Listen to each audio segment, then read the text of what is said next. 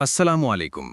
अरब दुनिया का ऐसा मुल्क जो साइज में तो बहुत छोटा है लेकिन अमीरी में बहुत बड़ा है। यहाँ तक कि इसकी करेंसी दुनिया की दूसरी बड़ी करेंसी है।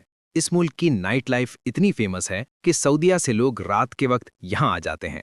जी हाँ, आज हम सैर करने जा रहे हैं बहरीन की। इस मुल्क की तारीख क्या है, इसराइल को क्या इस मुल्क ने तस्लीम किया है और यहूदी कौन से त्यौहार इस मुल्क में मनाते हैं। हजर अस्वद 22 साल तक बहरीन में क्यों रहा, क्या आज ये मुल्क भी पाकिस्तान और सऊदीया के एग्रीमेंट का हिस्सा बनने जा रहा है, आबादी से 4 गुना ज्यादा टूरिस्ट क्यों इस मुल्क में आते हैं, ये सब कुछ जानेंगे आज की इस वीडियो में। चलें अब निकलते हैं बहरीन के एक शानदार सफर पर।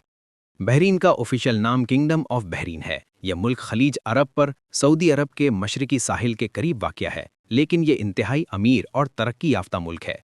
इसे मोतियों की सल्तनत भी कहा जाता था, क्योंकि एक ज़माने में यहाँ लोग समंदर से मोती निकालने के लिए आते थे। इस मुल्क की दुनिया में अहमियत की एक वजह यह भी है क्योंकि ये दुनिया की दूसरी मजबूत तरीन करेंसी रखने वाला मुल्क है, जिसे बहरीनी दिनार कहा जाता है। एक बहरीनी दिनार के बदले 746 पाकिस्तानी रुपए आते हैं, जबकि इंडियन 233 रुपए मिलते हैं। ये एक जजीरा नुमा मुल्क है जिसके कुल आबादी सिर्फ 18 लाख के करीब है। आबादी के लिहाज से ये दुनिया के 148 नंबर पर आता है। इस मुल्क का कुल रकबा 786 मरबा किलोमीटर है, जो रकबे के लिहाज से दुनिया के 177 नंबर पर आता है। इस मुल्क की सरकारी ज़बान अरबी है, लेकिन इसके अलावा इंग्लिश, उर्दू और हिंदी ज़बान भी बोली जाती है। बहरीन में पाकिस्तानियों की तादाद 1,20,000 के करीब है, जबकि इंडियन 3 लाख के करीब रहते हैं। इस मुल्क में एशिया के मुख्तलिफ ममालिक से लोग काम के लिए आते हैं। आपको सुनकर हैरानी होगी, पूरे मुल्क में असल अरबी लोगों की तादाद सिर्फ 6 लाख के करीब है, जबकि बाहर से काम के घर से आने वाले लोगों की तादाद 12 लाख के करीब है। असल बहरीनी अरब के लोग आज भी अपनी सकाफत के साथ जुड़े हुए हैं।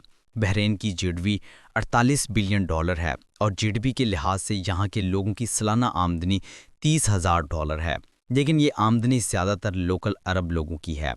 मुल्क का दारुल हुकूमत मनामा सिटी है, जो सबसे ज़्यादा तरक्की याफ्ता शहर है। इस शहर में लोग जदीद तर्ज की ज़िंदगी गुजारते हैं। ये शहर अपनी बुलंद इमारतों, शॉपिंग मॉल्स और तारीखी इमारतों की वजह से फेमस है। बहरीन का बॉर्डर ज़मीनी लिहाज से सिर्फ सऊदी अरब से लगता है, जिसको 25 किलोमीटर लंबे किंग फाहिद कॉजवे के साथ छोड़ा गया है। इसके अलावा समुद्री फासले पर कतर और ईरान वाक़या है। बहरीन के साथ सऊदी अरबिया रास्ता तजारत के लिए इस्तेमाल होता है, के लिए अहम किरदार अदा करता है। मुल्क में आइनी बादशाहत कायम है और मुल्क के मौजूदा बादशाह हमाद बिन ईसा अल खलीफा हैं। कारोबारी लिहाज से भी बहरीन एक अहम मुल्क है, क्योंकि यहाँ इनकम टैक्स ज़ीरो है।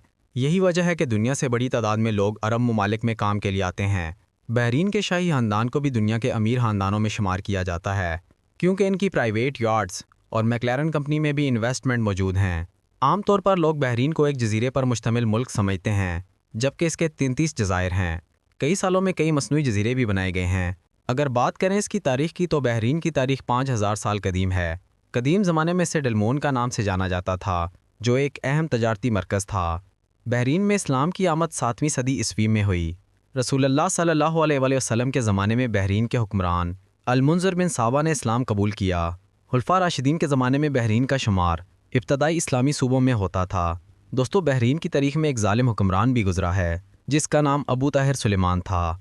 उसने मक्का मुकरमा पर कई बार हमले किए हैं, जिसमें हज़ारों हाजियों को कत्लेआम कर दिया गया, और यहाँ तक कि 1300 आखिरकार अब्बासी खलीफा ने तावान और बातचीत के बाद इसे वापस हासिल कर लिया। 16वीं सदी ईस्वी में पुर्तगालियों ने बहरीन पर कब्जा कर लिया। 7वीं सदी में फ़ारसी सल्तनत ने इस पर कब्जा कर लिया। 1783 में खलीफा ख़ानदान ने फ़ारसी तसल्लुत से बहरीन को आज़ाद करवाया। ये ख़ानदान आज तक बहरीन पर हुक्मरान है। खलीफा ख़ानदान के लोग नजद से बहरीन आए थे, जिस वक्त का नजद आज का रियाद का एरिया है। इसी वजह से बहरीन के शाही ख़ानदान के गहरे ताल्लुक सऊद ख़ानदान से भी हैं। 1820 में बहरीन ने बरतानिया के साथ एक मुआहदा किया, जिसके तहत बहरीन की बैरूनी सलामती की जिम्मेदारी बरतानिया को दे दी गई। और ये भी वैसे ही गलती थी जैसी कतर ने की थी, और आज कतर पर हमला हुआ तो कतर बेबस नज़र आया। तकरीबन तमाम अरब ममालिक ने अपनी सिक्योरिटी की जिम्मेदारी बरतानिया और अमेरिका को दी थी, लेकिन इसराइली हमले के बाद आज सऊदी अरब ने भी पाकिस्तान से डिफेंस बैक किया है। मतलब एक मुल्क पर हमला, दोनों ममालिक पर हमला तस्वुर किया जाएगा। और इसी तरह सऊदी अरब पाकिस्तान की वजह से न्यूक्लियर पावर बन गया है। पाकिस्तान के लिए सबसे ज़्यादा एजाज़ की बात यह है कि मक्का मुकरमा और मदीना मुनव्वरा की हिफाजत की जिम्मेदारी पाकिस्तान को मिली। محمد بن سلمان نے پاکستان کا تاریخی استقبال کیا۔ اس سب کی وجہ اسرائیل کی عرب ممالک پر بڑھتی ہوئی بدماشی کا نتیجہ ہے، اور پاکستان انڈیا کی جنگ میں پاکستان آرمی کی مہارت کا اعتراف پوری دنیا نے کیا ہے۔ اسی طرح کچھ خبروں کے مطابق آنے والے دنوں میں UAE اور بحرین بھی اسی ایگریمنٹ کا حصہ بننے جا رہے ہیں۔ 1932 میں تیل کی دریافت ہوئی جس نے بحرین کی قسمت کو بدل دیا۔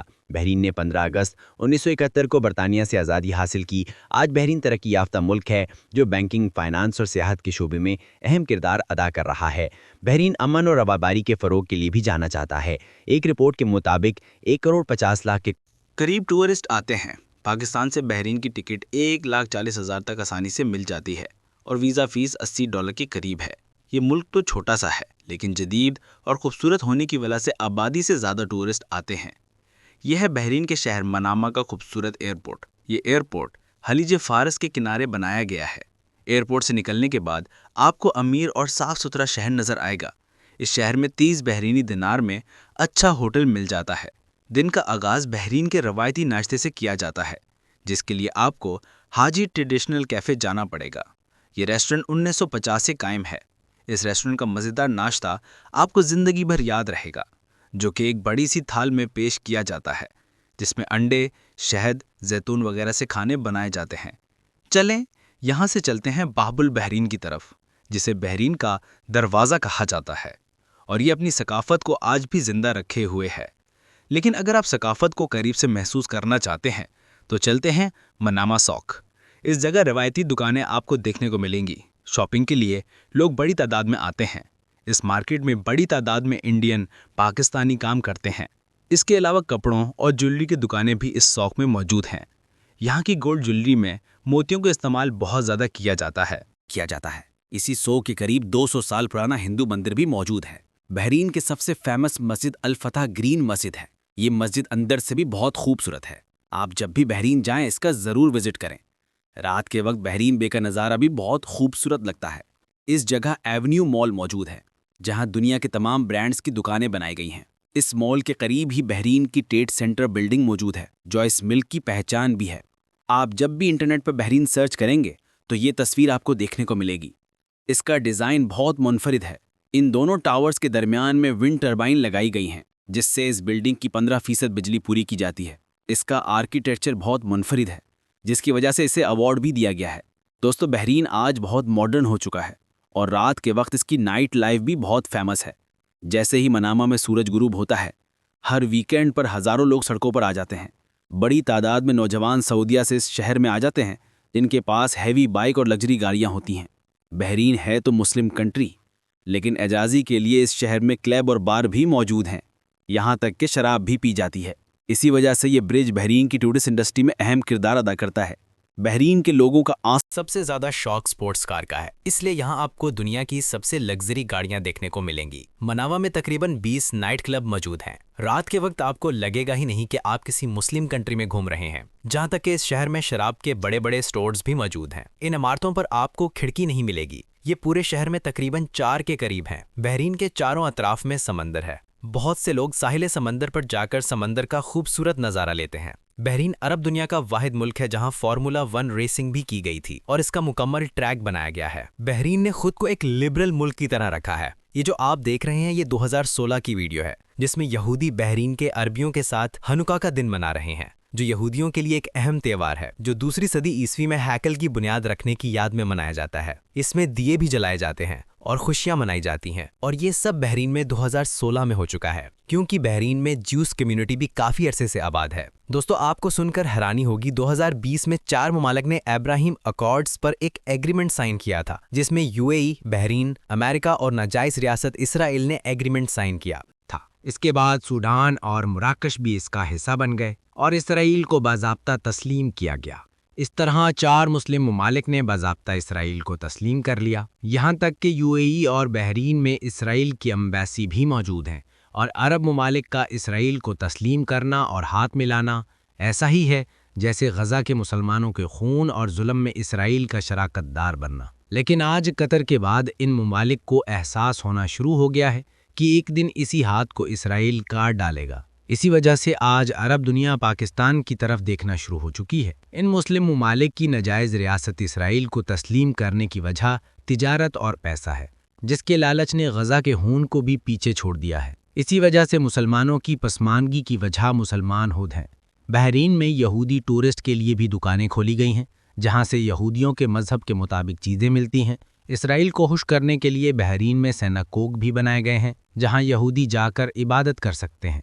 इस मुल्क में अहले तशय्यो भी बड़ी तादाद में रहते हैं, लेकिन मुल्क की गवर्नमेंट अहले सुन्नत जमात से ताल्लुक़ रखती है। 2011 में अहले तशय्यो लोगों ने तहरीक भी चलाई, जिसकी वजह से अहले तशय्यो के लीडर को पकड़ लिया गया था। बहरीन का दारुल हुकूमत एक ज़माने में महराक सिटी था, जो आज एज इट इज़ है, जो आज भी अपनी कदीम इमारतों की वजह से फेमस है। इस जगह इस्लाम की 7वीं सदी में बनने वाली मस्जिद भी मौजूद है, जिसको टूरिस्ट देखने बड़ी तादाद में आते हैं। दोस्तों, ये थी आज की हमारी इन्फॉर्मेटिव और दिलचस्प वीडियो।